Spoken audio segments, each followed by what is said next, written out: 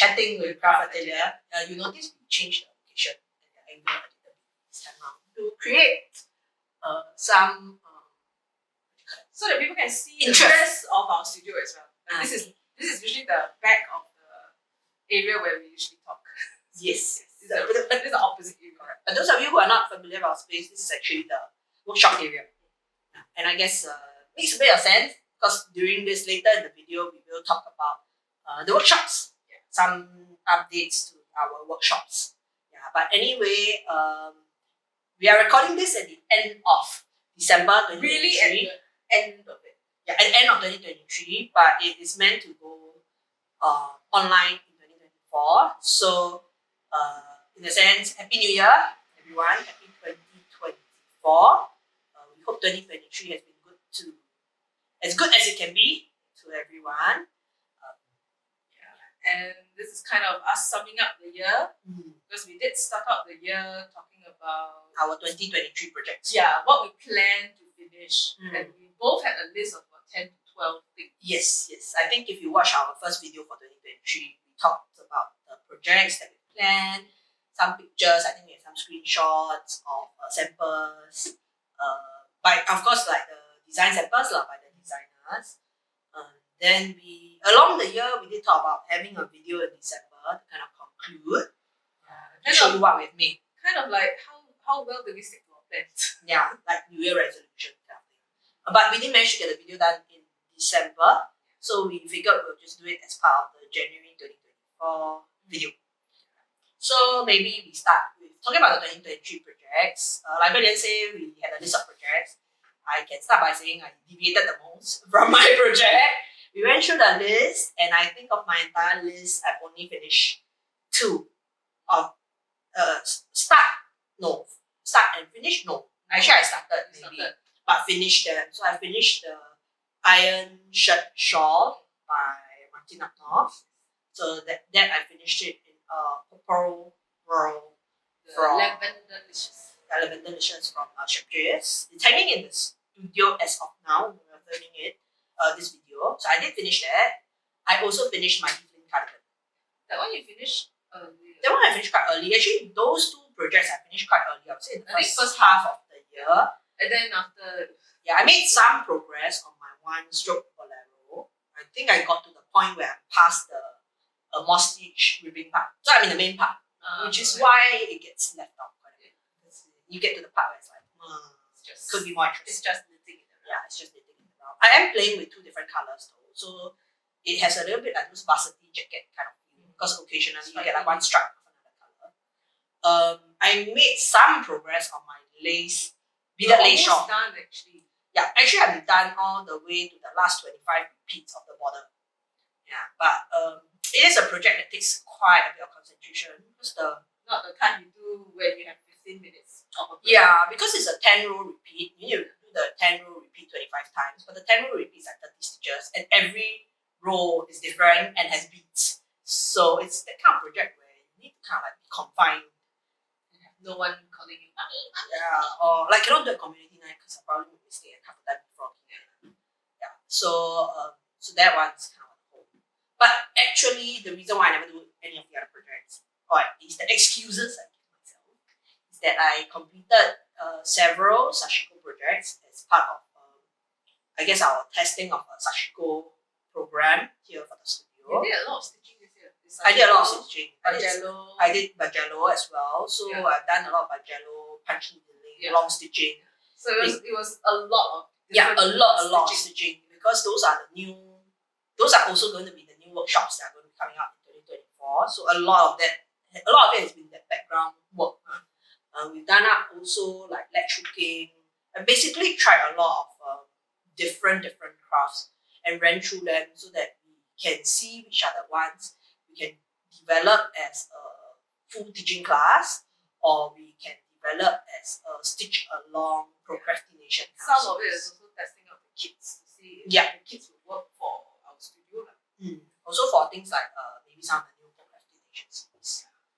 So, and I did 2 cardigans for my children, which also allowed me to test the new yarns, the juniper. And it was one knit, one crochet. Yes, one knit, one crochet. So that's been quite a bit actually. Yeah. So I have say done you finished more projects this year than than I ever did yeah. in my life. I mean, in a year, In a we're year talking lah. about in a year the number of projects that has been done. Yeah. It's quite a long list. If you don't need no crochet, I think. And I woven some stuff too. I woven like 2 rugs, right? That's the set now. And I have. Well, You did one sampling. yes, I did Right, one you sampling, finished one and then I also did 2 weaving at the conferences, and then I think I also finished some cashmere scarves. Yes, I have been had a very productive. So maybe I should just put a backseat on crochet anything I might do. It's possible. Yeah. Well, I had a list of maybe about 12 items. I did finish 5. Woo! And I did multiples of the 5. Okay. So that wasn't too bad. And then And you also test knitted several stuff for people this year. I like a lot. test knitted maybe about 7 different projects. So I know got a couple of baby cardigans. Yeah, baby cardigans and then shawls. Shawls And and then then Shetland project. Shetland project is still ongoing because it's really I mean slow. Shetland. Yeah, it's really slow. But that one I'm almost there. It's 278 rows for the center, and I am left with the last 100 rows or so. Wait, you say it's the center. You mean so there's still other Yeah, because there are 3 parts. There's a center square, then you have the around the square, and then you have the minor thing. So yeah, I'm in stage 1. Ooh. So it's a bit slow, but I'm getting there. Only 100 more rows, I think. Then I did do a lot of tatting this year. Yes, and Hateng. Yes, because there are also stuff. You did also do a lot of the custom amigurumi. Yes. Pieces of those. Yeah. Not likely to happen again. Yeah. But yes. And then the test tube one. There's still one. The Yes. one the So this year was quite a few custom order amigurumis, and considering how much I don't really enjoy amigurumi. Yeah, I mean I don't enjoy repeated work so much. So yeah. So you've also had a very productive 2023. All had very productive 2023. Maybe we just need to don't aim to do so many big No, I crochet think sometimes things just happen. And I finished. In fact, because I was clearing out my yarn stash, I was looking through my yarn stash, looking for whatever yarns I could use for the Guinness World Recording. So I was going to say that. Yeah, because you also did a number of the crochet stars. That one I finished maybe about 15 or so. So I went to my stash to dive for a stash, right? And then I found some pieces that were half done. I actually finished those. They were actually about 10 years old or something. So they're now. So do you find the other beaded project that I passed to you maybe 12 years ago? No. Okay, continue working. Not there yet. Continue stash diving. But anyway, on Hui Lian's point about the Guinness World Record, for those of you who actually reside in Singapore, there is a Knit and Crochet Singapore Facebook group. So the admin of the group is actually trying to put together a Guinness World Record attempt for the largest number of crochet. She's aiming for 2,000 scarves. Yeah, crochet scarves. So we have been collecting people's work over this entire year. You can drop it off here in our studio. You can drop it off with the admin herself directly. Yeah. You can also drop off at Autumn's studio with Autumn on Smith Street. And there really isn't the requirements for the scarf is not complex. You just have to crochet the scarf. It just needs to be crochet, not knitted. And of a certain neck. It's just need to be able to go around the neck. Yeah. So essentially your arm span and maybe about your hand span. Yeah. So the width is by hand span and then the length is and you need to be a member of that crochet group. Like that Facebook group. And you need to label your scarves with your name and stating you don't have to state the stitch, but you do need to state what material you're using. Example, cotton or acrylic or whatever. So for most donations, we recommend acrylic or cotton, just so people are not likely to be allergic to these 2 fibers. No, I think also Michelle, so the admin name is Michelle. Michelle has always collected scarf donations for refugee camps and vulnerable people overseas, individuals who are going through a lot of challenges. So typically for such donation, they ask that you give acrylic. I think really it's because for easy care. Can you imagine if you you're already going through a lot of like life's challenges, and somebody gives you 100% stuff, I mean, it'll keep you warm, Hand wash only. but it's not easy to care for it. And So- you don't know if recipients are allergic to certain animal fibers, so Yeah. stay away from wool, alpaca, Yes. that kind of fiber. So I think Michelle's intention is after the record has been attempted, whether or not it is successful, The scarves will be sent. the scarves will be donated. So they will go to a good cause. I think this was inspired because I think during the COVID year, she managed to pull together a donation of 1,000 crochet scarves. So she felt that the Singapore crochet community is fairly sizable. There are always people knitting for charity, knitting and crocheting for The charity. people who specifically just did a crochet Yeah. for charity. Locally, like talking about Yeah. Singaporeans, or rather people residing in Singapore residents. And so she felt that this was a challenge that she wanted to set the group. Yeah, and it's an achievable challenge. I think I think it's doable. Yeah. If everybody just like contributes something, I think it's completely. because her first collection from us, there were already 200 pieces, Yeah. right? So she's since count 2 times Yeah, more. 2 or 3 times. Yeah, so it's a sizable collection now. So maybe for those of you who are planning what to do for 2024, you can start with that. Start with Singapore residents. You can start with that as your first project. And you can just have one. The reason why I managed to finish that many was because I had yarn available that I wasn't intending to use for any project. Yarn that I bought because they look pretty. And the early start of your crochet journey now. Because- I think we tend to invest in a lot of acrylic yarn. and I collected just random bits, but they were random bits. Not They're enough. not enough for a full project. Like if right now even if I want to do a whole top, I wouldn't have enough yarn. Yeah, I think when you first start out on your crochet or knitting journey, we have a tendency to don't buy in huge quantities.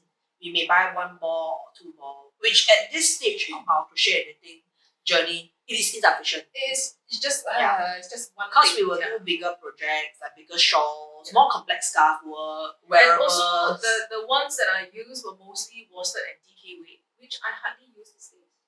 So now that I gravitate mostly towards the lace weight or at most fingering weight, I don't Put use, your yarns to good use. Yeah, I don't use those yarns anymore. So I managed to salvage up a good amount of yarn. Sizable Yeah, amount, sizable amount.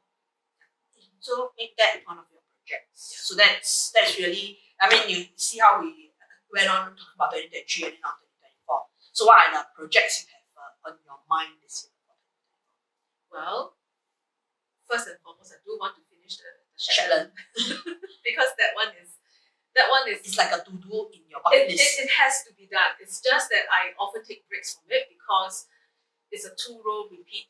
It's complex It's and long. and it does require me to be focused. So it's not like the crochet shawl or the crochet scarves where I can read and just blank out and just do. I'm not even thinking about doing it. But the lace project, I have to keep count. I have to make sure the pattern lines up because I have had a few rows where the patterns didn't line up and I had to tinker back. Tinker back was painful because that one's lace weight. Very, very fine yarn. Very fine yarns, very fine needles. So that one I need to focus. And I have made progress, but I do need periods of time where I am like, yay, today I'm in a good space and then focus a few rows on it. Other than that, I have a few touching projects in mind. There are some patterns that I've been hanging on to that I've been wanting to try, but because the involvement is a little bit more, I have to do more counting, especially when stringing the beads. I have to make sure the beads are strung up in the correct order. If not, when I tear, There's no changing the beat order. I can only cut and restart. Yeah, so that's the thing that I want to work on. And then I've got my hardanger stuff, which finally came.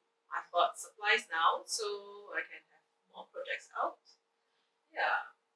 And then I have ongoing whips, the ones that were not started. I still have plans to start them because I really want to work on those patterns.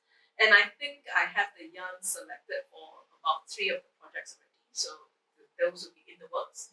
Yeah. So I have at least 10 whips that are current. So that will take a while to finish. I still have stuff that I dug up from years back that I have not finished. That will be my to-do list for this year. I really do want to finish up so that I can clear up my stash and clean it up a bit because there are yarns I would not ever use for a project, at least for myself. But if it is for charity or if it's for the studio, then yeah, that's something I could work on. Or you can have a free yarn library. Yeah, that's possible. I just need to clear out and sort out those things like acrylic is acrylic, cotton is cotton. You can have a garage sale. For me, I have plans. So I did start a brioche project in 2023, which I'm getting a bit bored of already. So last night I was thinking I did it to kind of get familiarized with brioche because I actually have another assigned pooling brioche project, which I started and I had a lot of difficulties with the brioche because I had problems recognizing what I was doing in the brioche. So I'm thinking of kind of abandoning the original brioche project because I now understand what to look out for and how to fix my own mistake. So I'm thinking of just like heck it, just go on to the assigned pooling brioche project. Because the assigned pooling one is More interesting lah. It's more fun. Yes. Yeah. And I think overall the look of the project is also More closer to appealing. what I like. Yeah. So maybe that I haven't decided. I do hope to knock the bigger shawl definitely out of the park this year. I think there's a good chance because I did finish a good part. Like I did like almost 50 repeats of the 10 row at the start, like 2023. So It's just the finishing stretch. yeah, it's just after a while, just like, and I think it takes me almost an hour to do 2 repeats, which is why it's really slow. Yeah. To get that done, I have a sashiko plus garment making project that I'm doing with the sashiko study group that we have going on in the studio. We had a stitch group, and then the stitch group is progressing to another project this year. I have a big sashiko kit that I got from Japan that I have to look up. And I do have a top. I actually have yarns for a top that I was hoping to make in time for Chinese New Year, but that's a little bit of a stretch now that it's like barely month and half to Chinese New Year and I haven't even started it. It's hard to say. If it's a top that doesn't require a lot of attention. It doesn't, but that's because when it doesn't require a lot of attention, then it gets boring. It gets put aside a lot. It takes a lot of like mental discipline to finish it. And also I think I find that when I knit or crochet very long stretches, like consecutive days, my nerves will take it. Like I can feel it in my arms, which is why I think I did a lot of stitching this year also, to like break up the momentum. So yes, I do have a pair of socks that I want to finish. Oh wait, last year I also finished the embroidery, the bead embroidery. Oh yeah. Yes, so Finally, it was a how long? 5 years. It's a project I promised a friend for a long time, gifted from a friend. So that's the one thing I haven't quite decided. I am tempted to go to bead embroidery, take the Peranakan bead embroidery class. Because I did a taster. Ring, right? Yeah. So last 2023 or 2022, I did it with I think 2022. yeah, with Raymond of Kim Joo. And I'm really quite tempted to take class. But if I take the class, it would mean I have to be very, very dedicated to the project for a while.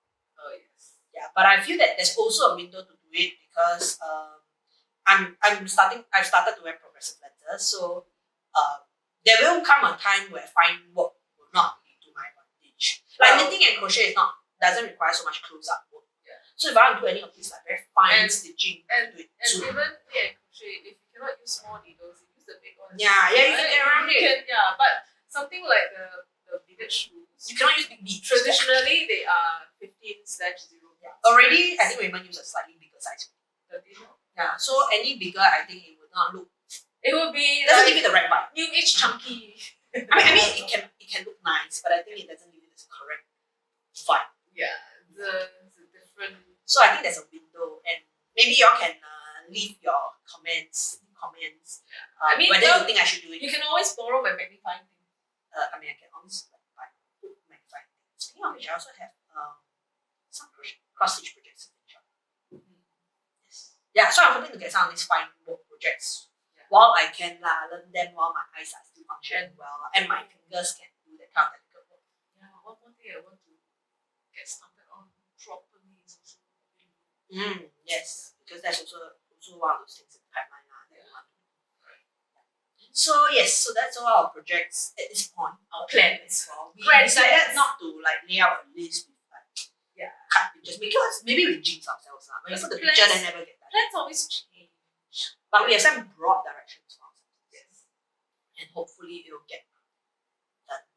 Oh, well, some of the things that I want to do is structured as a study along or stitch along. So I think good chance of getting it done. Yeah. Because some things are a bit difficult to stick to if you don't have someone forcing you. So part of the reason why I did the test knits this year Accountability. is also because the designer needs my work in 3 weeks. I have to deliver in 3 weeks. So I give myself a timeline. I go, okay, within these 3 weeks I will finish this baby cardigan.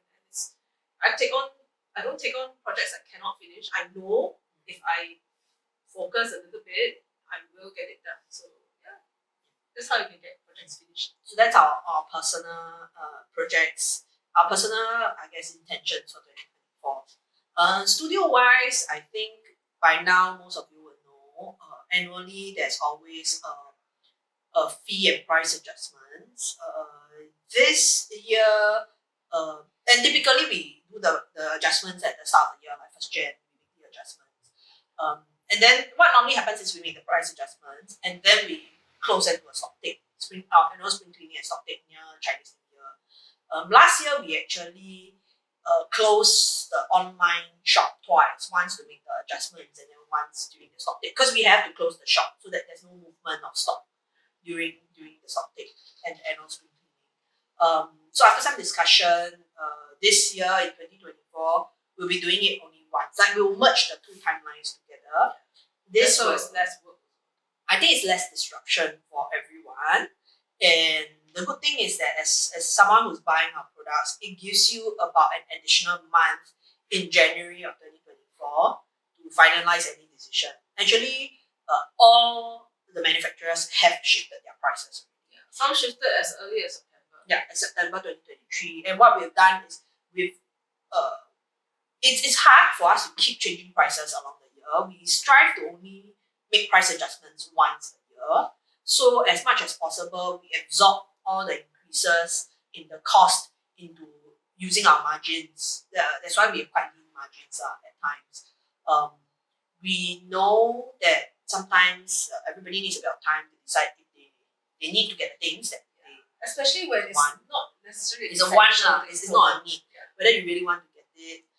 We are really not for impulse buying. If you have been a customer with us for a while, you know we always encourage very responsible spending, especially during this now when there's just so much inflationary cost everywhere, and we know crafting it's not a critical essential. I wouldn't say it's a non-essential because sometimes it does bring people a lot. Also because these days having access to social media, having access to you get inundated with a lot of suggestions. People will be like, oh, this new tool is wonderful. This new I want to buy this. I want to buy that. I want to buy that. This person say this will help me a lot. Then that person say that will help me a lot. And I would say that used to be my spending habit, because if I see a new tool and I have funds to fund my hobby, why not? Because it's not something that's gonna hurt my pocket if it's a small amount. Yeah.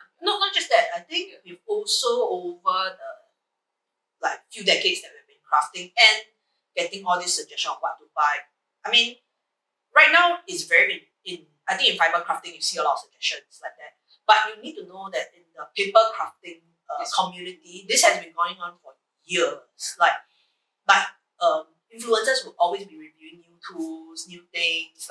I think ever since 2006, it's like you're just inundated with all of this. Because the thing is, with some things, it's true. The new tool does allow you to achieve a certain effect or a certain look with less effort.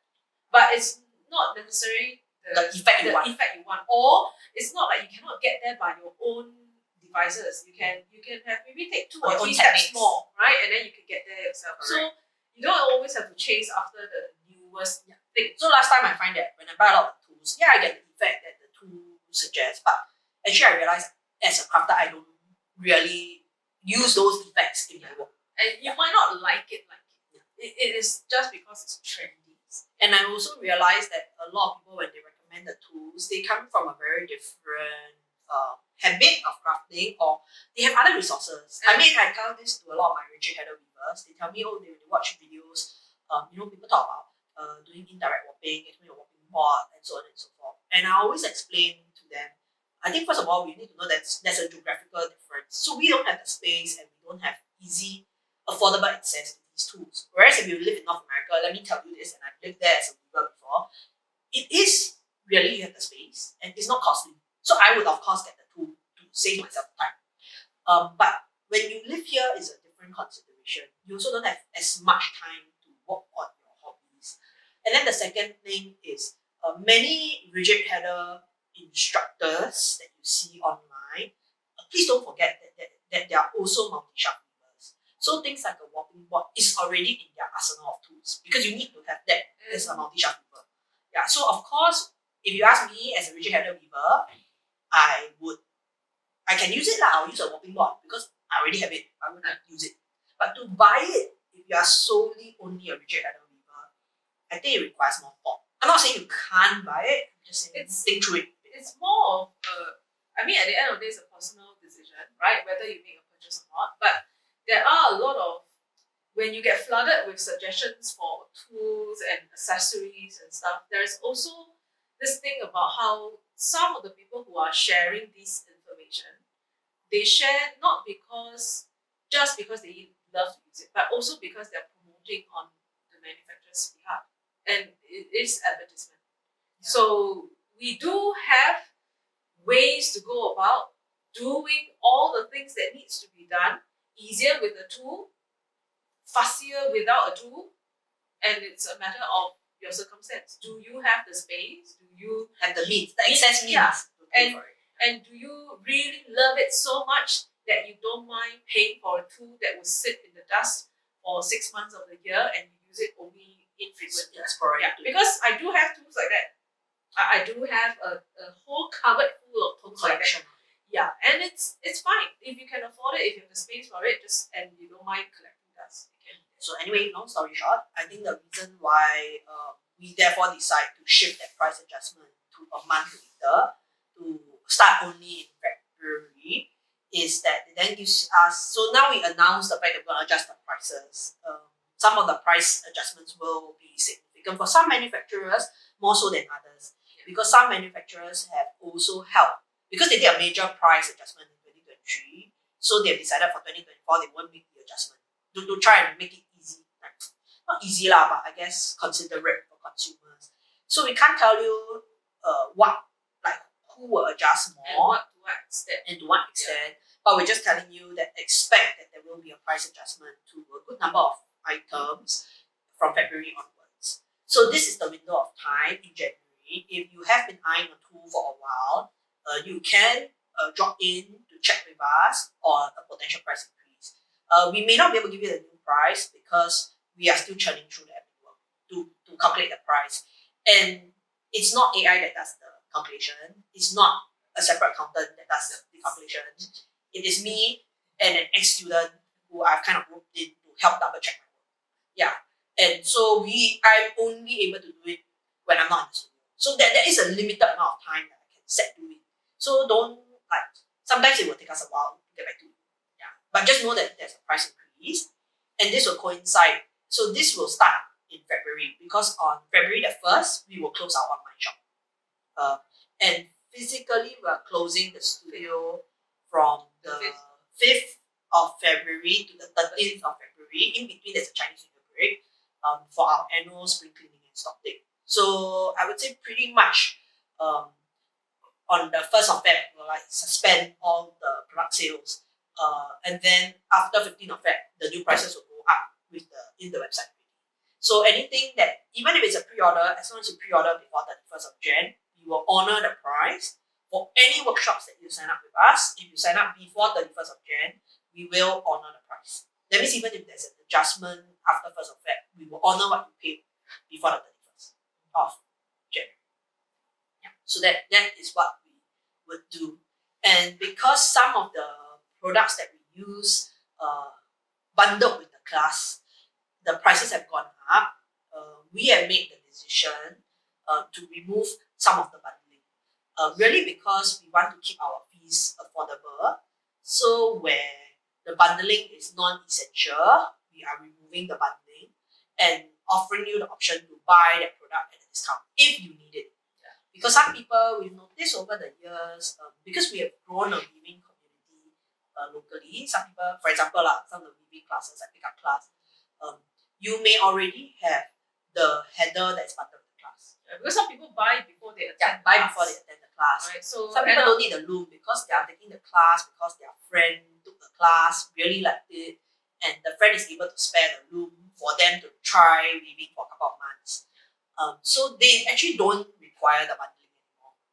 Yeah, and so it could be a case where after you take the class, you realize, hey, I don't like this technique. Yeah, then I don't want to keep the I really don't like it. So or I like weaving, but I don't really like the 15-inch loom that is bundled with. I actually want a bigger one. So there isn't that pressure for you to decide before you try your class.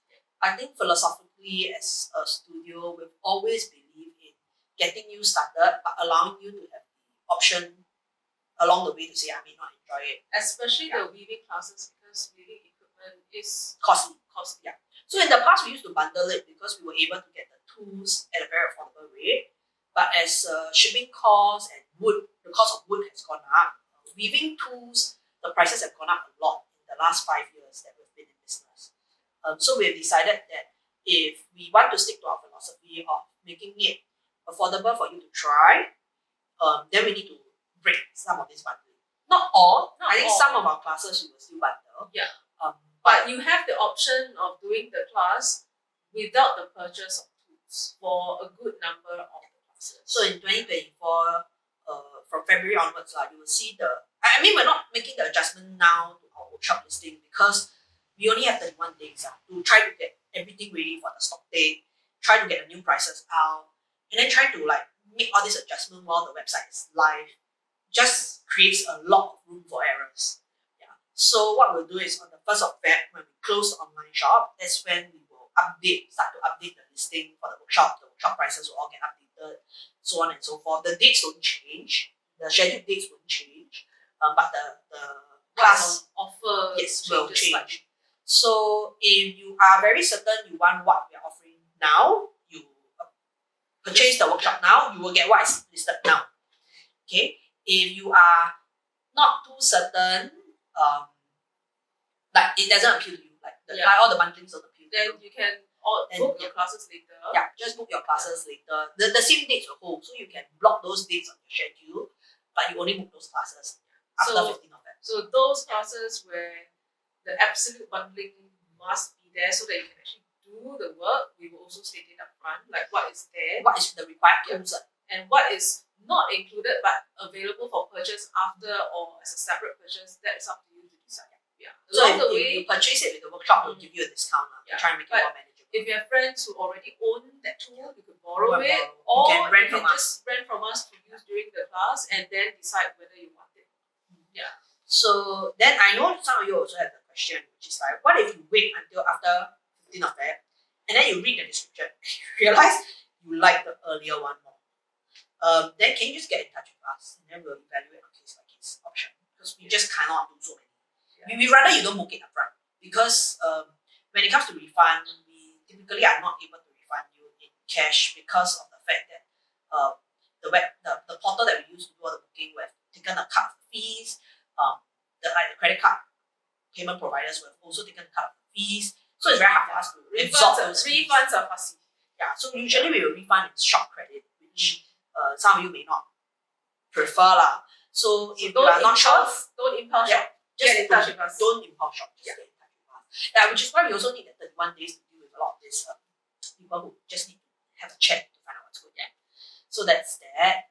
In terms of our classes, I think after 5 years of running our classes, we kind of, I guess we're trying to put in a lot more of what we do for designing classes that kind of spiral up in complexity. What in teaching we call that scaffolding. Yeah, and then depending on the preference, the habits of different participants. We Differentiate also the do differentiate process. So we differentiate the learning process, the teaching process, so The that product. the product as well, so that things appeal to different people, right? Like some people might really like functional things, so they're not really interested in stuff that's only for decorative purpose, right? But there are people who just go, I don't want anything functional. I just want to have fun. Yeah, I just want to have fun. So I want to make something that is small, that don't take a lot of space, but look really good. So yeah, that can work. So I think when you may notice, we hope you do notice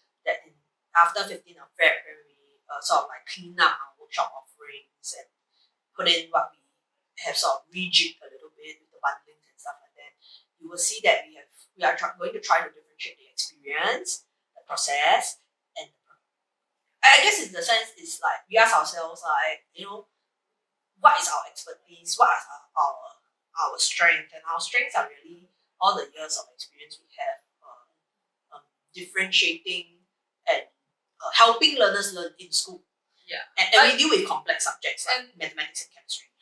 And it's not out of our experiences to notice that, this participant actually would do better in a different kind in of a different class, right? If he or she had signed up for that class, that would be more suitable because that's what they actually want to do. Yeah. So actually, over time, I would say, actually we can offer this class in two different ways, and let's just offer it as two different instincts. So people get a chance to sort of find something that works for them. Yeah. So we will have that. I think you'll see that a little bit of the adjustments happening. There will also be quite a bit of new content going up because we're all developing classes. Like we already have Sashiko class going. We tested it with a stitch group this year, and we have developed formalized instructions for it. Punch needling as well. We'll be offering it as a class with a little bit more. I would say, okay. I in a sense when I developed it, I took it from a set of workshops that I did in school. So maybe some of you will find that in terms of content, history, etc., is a bit more information on that. And new classes are upcoming. I'm developing the Atelier class, which will be really soon. And then because intermediate knit and crochet classes, we're then fleshing that out a lot more. And then because I've been approached to do a series of workshops, those series of workshops might end up being workshops in the studio because if I spend time making the samples, developing the material for it, it might end up being a whole series. Yeah. So you'll see a lot more of that. I think we're trying to just over the years we've really looked at the kind of profile of customers who come to us. I think everybody are drawn to different providers for different reasons, and our profile has a certain characteristic, I would say. Certain traits, and we have the right skill sets to support them. And so we are designing our learning content to be a bit more specific to them. And also because we are not very craft specific, we end up developing a whole series from time to time. And now it's connected to kids. And we actually have over 40 workshops that we we just have quite a bit. And we're also great at, like, if you come and just tell us this is my budget and I want something for this number of people, we're also good at pooling ideas together. I guess a lot of it, I always tell people, I think a lot of it comes from our training as teachers. Because as a teacher, when you're in class, I always say this, that teachers are design thinkers because we will always on the spot evaluate and then make the adjustments. So because those two teachers, I think we're just a different breed. Because people come in and say, okay, I need a class for this entire department and I want my department to understand textile. I need them to understand how textiles are made. Like in general, she was telling me, this is my ex-student, and she's like, when you talk about textiles, there is woven, there's knitted, and there's non-woven. I say, yes, that is the general understanding of textiles because this is how textiles are made in mass production. So if it's mass production, these are the only three techniques you can machinerize. So because you can industrialize the whole process and make it by the industry standards, right? But to make fabric, there are many other techniques. You have crochet, you have your lace techniques, you have felting, you have all these other techniques. It's just that they are tedious, they are handmade, they are not machine made because there's no machines that can do some of the complex work. Yeah. So that's what her department is coming, which I might end up making into workshops because it's quite fun and some of the techniques are not very well known, but they actually make pretty things. It's just that they are slow going. So as participants who come to our workshops will know, we never guarantee finish. We don't emphasize that you go home with we are proponents of slow. Yes. And understanding the process, enjoying the process, I think is more important than going home with a finished product. Which also means we tend to attract a certain profile. That's why we say we have our own unique traits. Our learners have certain unique traits. They come knowing that here is really not about finishing. Yeah. Okay, to be fair, we do have some projects where we'll go back some classes, finish, some classes, some workshops. We do still offer a very small select number of it. And for our corporate workshops, we are also able to make that happen because we know corporate workshops, the intentions are quite different. But for, I would say, majority of our learning experiences, it wouldn't be that because we really talk about getting you to understand. You may never do that craft again, but you will go away with a better understanding of that this exists. So we do distinguish between a crafting experience and a learning experience. Like the workshops where it is project specific, it's more of a crafting experience because you come in knowing you will go home with a finished item. An example would be like with a scarf. Yeah. I call that a crafting experience because the amount of like what you actually learn in that 6 hours, you're only just scratching the surface of what is doing. Barely the surface. I mean, for some participants who ask a lot of questions, I do go into a little bit more depth about like with the weft what you can achieve, but you're only working with the weft because the work is already set by us. So I would say that's more of a crafting experience than learning experience. Whereas introduction to rigid head or weaving is learning experience. So learning experiences are more intensive, they are a lot more intentional, and they do involve quite intensive. More time and more work. Yeah, but it's not project focused, so we don't really chase you to say, hey, finish up your work. You need to finish up this piece before you can move on to the next piece. Actually, whether you finish that piece of work before you move on to the next piece of work doesn't really matter. There are people who do start on one project and say, this is so that I can learn this stitch.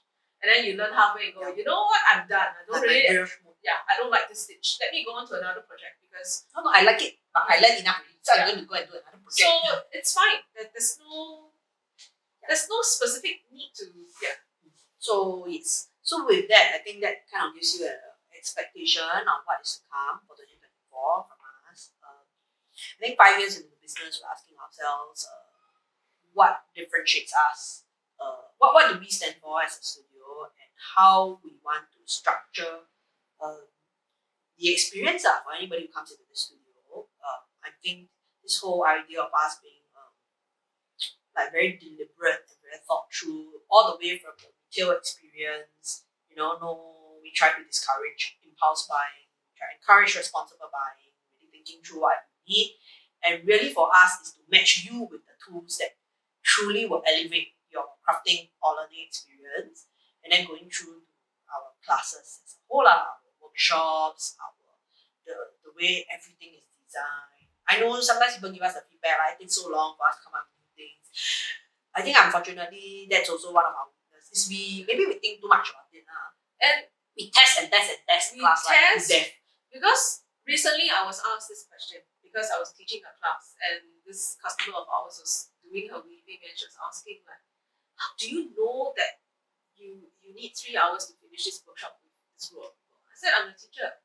When I set out a task and say, this is what I want to teach, this is what I want my students to complete at the end of the session, we go through a lot of thinking.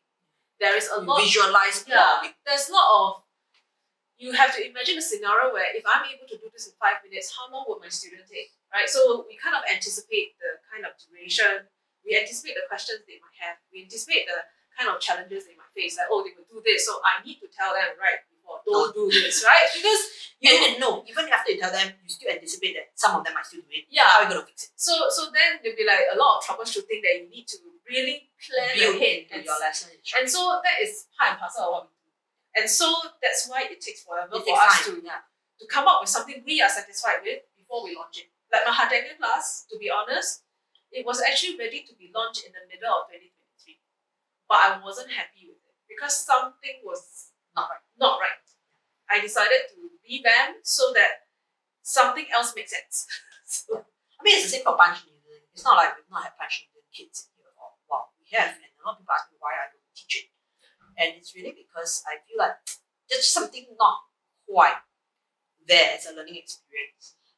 And so it was only after I had a chance to run it. I mean, if you run it with like 90 kids, it will go wrong in all kinds of ways. And 90 teenagers who probably only a fraction of them will listen to what you're trying to get them to do. That goes wrong in so many ways. And then that's when you can really say, okay, my content, although they were like not following my instructions, although I had 90 different designs and they were all going in all sorts of like focus areas that they want to go, my content survived and my instruction like was robust enough to handle it. And so then we can talk about running it as a class for 4 people because we can handle 90 once more. yeah, I think that's how we end up streamlining some of our classes, because we did have the Army Gurumi one, we had a 60 student group. Yeah. And then, That's when we started to offer it. yeah, in the it's studio because after that. we tested out in the school when we had a group of 60 in the school hall, and everyone was like completely brand new to crochet. And it's like, okay, how can we do this? So we do test our workshop content fairly in a very much. robust manner. I would say. Yeah, because we have gotten test subjects to come in. Oh yes. Oh yes. And trust us, we get test subjects who are completely zilch in crafting. Yeah, Not that difficult to find. just family members, Yeah, we're completely not interested. Gets roped in. So yeah, that's how and why we don't roll out many new workshops every year. But I think next year we are having a bumper. Yes, next year we're having a bumper crop. Because I think after years of testing, things just fall into place all at the same time. Because we don't test one content at a time. We're concurrently testing multiple content. And some things are related but different styles. So like sashiko is one particular style, right? And then there is long stitch, and then there's black work. They're all similar in the sense that they're stitching, but yeah, you focus on different things when you're stitching. So we also have a lot of workshops come out this year because 2023 school workshops have also been seen. So we've also had the chance to really robustly test our content. Yeah. Because I think 2020, 2022 there was less opportunities for us to be out in the schools running some of And these. back then, large groups were just not possible, and it doesn't work for schools to hire an instructor for 5 students. So yeah.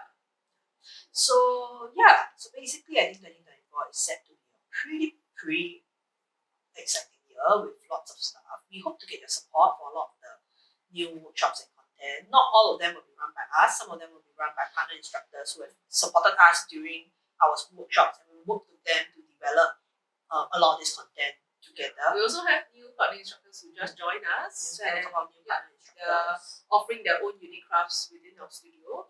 I think the reason why we work with a lot of people rather than trying to teach everything ourselves is because if we try to teach everything ourselves, the workshop cycles will be like really long. Like there'll be like this week of scarf workshop, and then you won't have it like for another 6 more months. Like the runs are just going to be very spread out. Because as it is, when I try to rotate the workshops, there are some workshops where I can only put them on once every 2 months. Once a quarter. Some Some once. So I mean, we hope that you would support us and also support our partner instructors so that we can keep this going.